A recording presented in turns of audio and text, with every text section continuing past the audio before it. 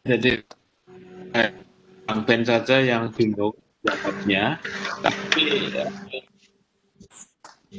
saya kira panitia nanti akan merespon pertanyaan-pertanyaan ini karena sangat waktunya kami khawatir tidak apa. Tapi intinya Ben juga Bapak narasumber mungkin nanti bisa memperkuat atau menambahkan jawaban-jawaban yang kami uh, coba susun berdasarkan dari chat room ini terkait Bang Ben. Jadi memang masih ada ikan laut itu masih mahal.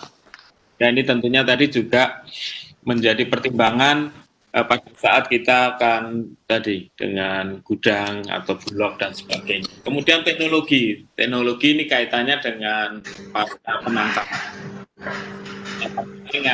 dan cold storage dan sebagainya. Ini seperti apa?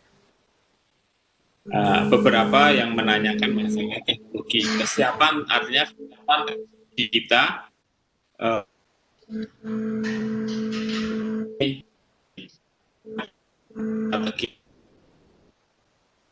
ada juga dari apa industri dan sebagainya. Program pemerintah ini saya ingat ini tadi Prof. Marsono yang menyampaikan bagai ini harus ditindaklanjuti, dikomunikasikan ke pemerintah, ke kementerian, dan alhamdulillah ini tadi juga sudah langsung dijawab, direspon oleh Bu Dekan bahwa fakultas, kemudian Kagama TP akan menindaklanjuti, dan tadi dari Dinas DIY sudah secara buka bahwa kita akan membangun kerjasama Pak Imam juga inline dengan program perindustrian. Jadi rasanya harapan Prof. Marsono ini nanti akan kita tindak lanjuti untuk menekan hasil ini. Nah, transport logis khususnya pada pandemi. Mungkin Bang Ben nanti bisa memberikan gambaran ya. Ada juga pertanyaan dari Prof. Bambang Prastowo tentang mikroalgae, ya. Jadi apakah ada hal yang hanya melihat ke ini si monggo mungkin gagal ataupun Bu Dekan riset-riset atau potensi. Tapi mohon maaf waktunya sangat singkat, jadi monggo Bang Ben mungkin bisa detailnya nanti bisa disampaikan di lain kesempatan. Monggo Bang Ben, 5 menit. Ini karena harus menahan Bapak Ibu. Terima kasih. Monggo Bang Ben. Ya, saya diberi waktu 5 menit. Saya akan coba merangkum semua ini satu kesatuan yang bisa mudah dipahami. Penangkapan. Sekarang penangkapan ini hampir semua kapal tangkap, terutama yang ada di Probolinggo, kurang lebih 355 kapal itu semua frozen on board. Jadi kita nangkap, langsung dibukukan di atas. Keprihatinan bahwasanya banyak yang dibuang dahulu kan pakai es. Dengan demikian, biaya transport dari lokasi penangkapan kembali ke pangkalan bongkar akan menjadi mahal karena ada es. Namun sekarang semua kapal pakai pembeku, frozen on board dan dibawa dalam keadaan beku kembali. Yang kedua masalah transport. Transport dulunya 3.800 untuk membawa dari Laut Aro kembali ke Probolinggo. Sekarang sudah turun menjadi 3.000. Kenapa? Karena izin yang diberikan Pak Agus Heri Purnomo ini sudah turun memperbesar kapal transport yang semula dibatasi GT 200, sekarang sudah membesar menjadi GT sekian hampir 400 GT. Jadi dengan demikian biaya angkut turun. Tol laut masih belum bisa berjalan. Kenapa belum bisa berjalan? Yang akan dimuat beku ke sana dan kembalinya Dari sana membawa ikan beku, dari sini membawa apa ke sana? Ayam beku kah atau apa?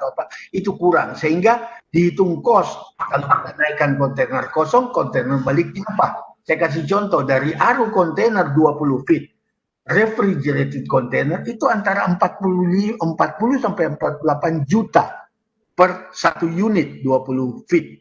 Sedangkan dari Surabaya sampai ke Brisbane di Australia 18 sampai 21 juta. Bagaimana? Nah, sekarang idenya bagaimana? Ikan ini ada 3 macam. Ya, kita mengatakan ikan kelas yang kelas bawah, namun gizinya sama. Kelas menengah dan kelas atas yang kita ekspor. Apa yang kita masukkan ke masyarakat? Jangan tawarkan kakak merah pengusaha perikanan bengok-bengok. Ikan 60.000 disuruh jual 20.000 ya nggak mungkin.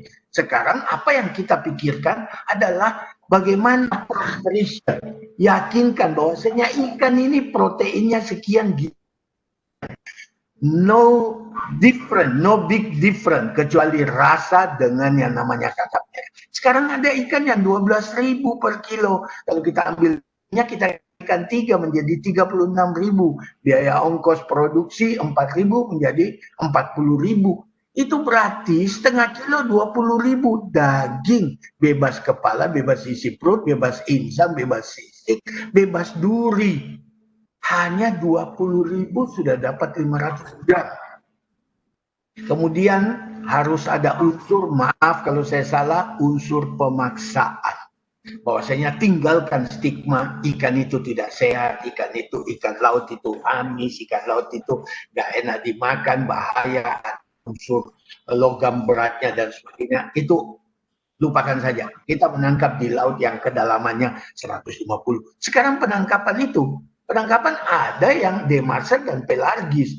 Yang terbiasa makan ikan pelargis, kita suplai pelargis. Yang terbiasa demersal atau menyukai demersal, kita suplai demersal. Kemudian ide bahwasanya ikan itu siap saji buat ibu-ibu rumah tangga yang seperti Pak Andreas Marioto katakan, sangat mungkin kita bekukan 200 gram ke 250 gram disertai bumbunya yang cocok dengan kebijakan lokal. Jadi kebijakan pangan lokal. Jadi mereka sisa masukkan di microwave atau buka, kemudian direbus, kemudian digoreng, bumbunya dicairkan, taruh di atas, siap konsumsi. Dan ini kalau masalah bangun cold storage, jangan berpikir cold storage yang harganya M. Cukup menyediakan listrik, Pak Beni Marbun sudah menyanggupi tadi, masukkan listrik 10 kW, 12 kW saja sudah cukup menjalankan satu kontainer 20 feet yang muatnya 10 sampai 15 ton ikan beku, mempertahankan pada suhu minus 18. Berapa lama dia bisa tahan? 2 tahun. Ini kalau kita ekspor ke Australia, mereka mengisyaratkan 24 bulan harus expiry date-nya. Jadi sangat mudah. Taruh di satu tempat, lebarnya 225, panjangnya cuma 12 meter. Itulah yang 20 feet dengan konsumsi listrik 10 kW. Nah, ditaruhlah di sana. Jadi kalau kita sudah dengar tadi harganya sudah oke, kita bawa ke misalkan contoh ke Jogja, taruh di satu tempat, mereka pada datang ngambil. Bagaimana bisa mendapatkan harga murah? Kita berbicara pada pengusaha perikanan, Anda wajib menyediakan ikan dengan harga tertinggi yang dibeli oleh Bulog Perikanan sekian, yang untuk didistribusikan paling tambah 4.000, 4.500 per kilo daging. Dan itu sudah sangat luar biasa. Jadi jangan mengatakan ikan laut mahal. Dulu iya, sekarang tidak. 5.000 spesies yang kita tangkap 60-70, dari 60-70 terbagi 3 kelas. Kelas mewah, kelas menengah, dan kelas bawah. Kita tidak tahu. Pernah nggak bapak-bapak, ibu-ibu dengar kata ikan ajaan? Pernah nggak dengar kata ikan? Ini luar biasa. Tapi mungkin tidak pernah. Saya nggak mau ikan ini.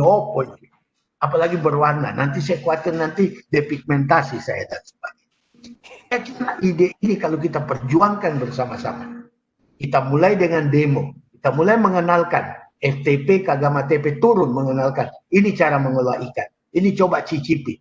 Dan saya katakan, saya mau menghimpun teman-teman di Probolinggo untuk menyumbang ikan untuk menjadi demo plot. Iya, Prof. Trisnya, Pak Jagal, Bu Dekan, mari kita turun. Saya yakin langkah ini akan diikuti langkah-langkah lebih besar. Terima kasih, Prof. Matur nuwun, Bang. Mohon maaf, ini sebetulnya menarik karena bisa disampaikan banyak hal yang kaitannya dengan yang apa yang ditanyakan dari semuanya, Bapak Ibu semuanya. Tapi waktu, dan saya mohon maaf untuk para narasumber yang lain, belum bisa kita berikan kesempatan untuk menjawab, tetapi nanti list pertanyaan akan kami sampaikan kepada panitia, sehingga ini akan menjadi bentuk komunikasi kami, Kagama TP, dengan kalian dimanapun berada.